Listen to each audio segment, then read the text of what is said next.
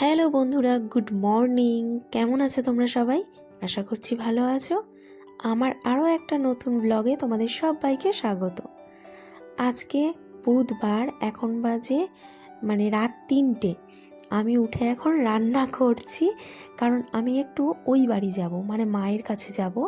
মায়ের আজকে চোখের অপারেশান আছে, ছানি অপারেশান। তো সেই জন্যই মাকে আমি আর ভাই একটু ডাক্তারের কাছে নিয়ে যাব। তাই জন্য সকাল সকাল উঠে রান্না করছি ছেলে আর বরের জন্য। কিন্তু ছেলে খাবে দিদিভাইদের বাড়িতে, অভিকের জন্যই মেনলি বানানো খাবারটা আর কি।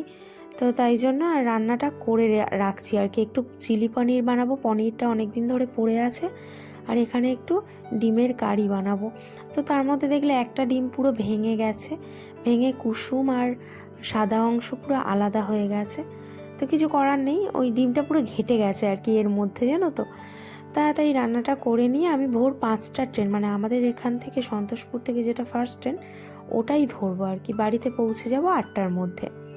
আর মাকে নিয়ে তারপর ওই 9:30 নাগাদ বেরিয়ে যাব। তো এখানে ঝটপট করে রান্নাটা করে ফেলছি ভোরবেলা। মশলা আমি আগেই করে রেখেছিলাম রাতে, ডিমও সেদ্ধ করে রেখেছিলাম, শুধু ঝটপট রান্নাটা করে ফেলছি।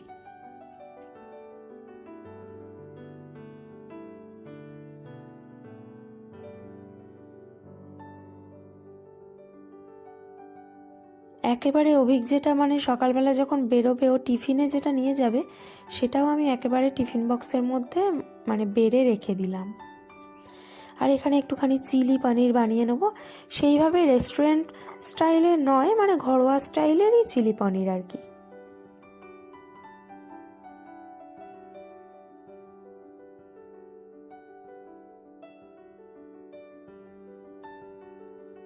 মায়ের চোখটা না বেশ ভোগাচ্ছে। মা রিসেন্ট বছর দুয়েক ধরে ভীষণ ভুগছে, আজ এটা কাল সেটা।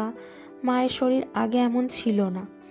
তো দেখি আজকে অপারেশনটা হয় কি না। 3-4বার তো মা এরম করে করে ফিরে এলো। মায়ের কি হচ্ছে বলো তো, চোখের প্রেশারটা বেড়ে যাচ্ছে। চোখের প্রেশার কম না হলে অপারেশন করতে পারবে না। আর এখানে দেখো এখন বাজে ওই 4:40 মতো। আমি আর অভিক বেরিয়ে পড়েছি।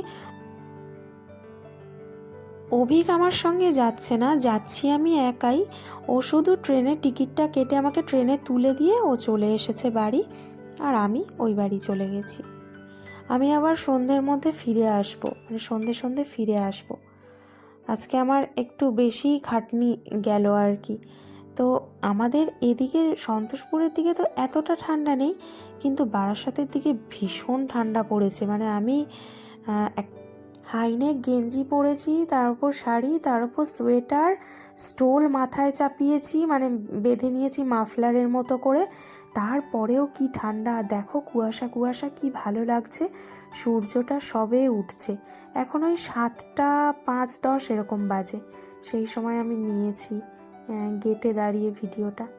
তারপর তো বাড়ি চলে এলাম। বাড়ি চলে এসে টোস্ট বিস্কিট দিয়ে মায়ের হাতের কড়া করে দুধ চা। আমার মা দুধ চা ছাড়া খেতে পারে না। আর ধান জমিটা দেখো কেমন, এখন ধান চাষ হয়নি। আর পুরো কি ভালো লাগছে না, কুয়াশা কুয়াশা, রোদ উঠছে, খুব ভাল লাগে গ্রামের দিকে শীতকালটা। আর ধোঁয়া ওঠা গরম চা, আহা, শীতকালের সকাল জমে ক্ষীর।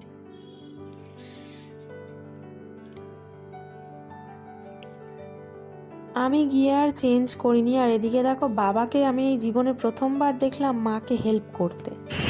তারপর রান্না বান্না করে গুছিয়ে গাছিয়ে মা আর ভাই ভাত খেলো, আমি রুটি খেলাম। খেয়ে বেরিয়ে পড়েছি আমরা। এবার অটো ধরে সোজা চলে যাব হসপিটাল। চলেও এসেছি তোমাদের সঙ্গে কথা বলতে বলতে।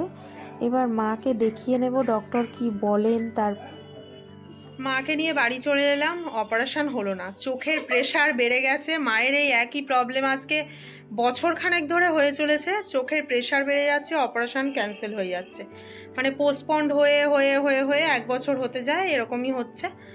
এবার আবার ওষুধ দিয়েছে, আবার সামনের বুধবার যেতে হবে, দেখা যাক কি হয়। এখন মা ভাত বাড়ছে, তো এখন খাবো। এখন কটা বাজে, আমার 2টো না 2টো মতো বাজে। আমি আবার সন্ধে সন্ধে বেরিয়ে পড়বো। পালং শাক, মোচার ঘন্ট, ছোলা দিয়ে নিরামিষ, আর মাছের কালিয়া।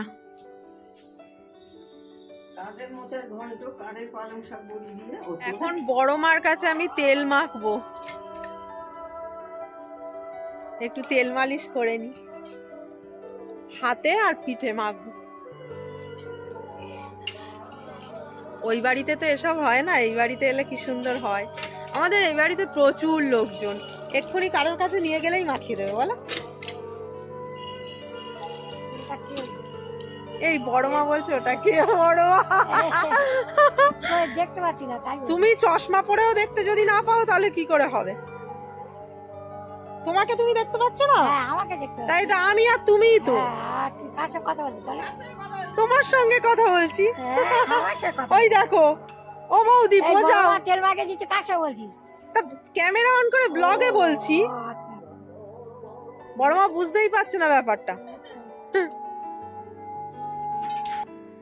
চুল পেকে গেছে, দাঁত পড়ে গেছে, আর তুই দেখবি। চুল পেকে গেছে, দাঁত পড়ে গেছে, বৌদি শুনছো? বলছে চুল পেকে গেছে, দাঁত পড়ে গেছে, আর কি দেখবি আমাকে।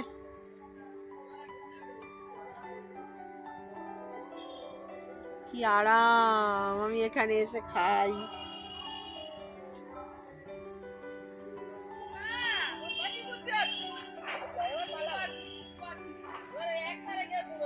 ওই ওই ওই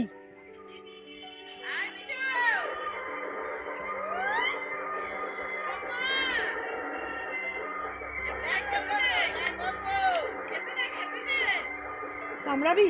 আয় আয় কামড়া, আয় কামড়া, আয় কামড়া, কামড়া, আয় আয় আয় আয় আয় আয়।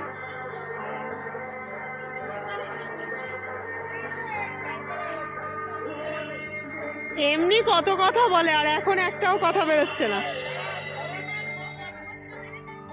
এক ঘুষি মারবে। মা বিদায় জানাও আমাকে। এই যে আমি অনেকদিন ছিলাম, পিসি এসেছে বলছে চল আর থাকিস না, আমাকে নিয়ে আবার আয়। আমি 7 দিন হয়ে গেল। আর কতদিন থাকবে তুমি বলো বাপের বাড়িতে? চল, পিসি বলছে আমি এসে থাকতে পারছি না, তুই থাকছিস, চল তোকে নিয়ে চলে যাই। তো আজকের ভিডিওটা এখানেই শেষ করলাম বন্ধুরা। তোমরা সঙ্গে থেকো, পাশে থেকো, আর সবাই খুব খুব ভালো থেকো।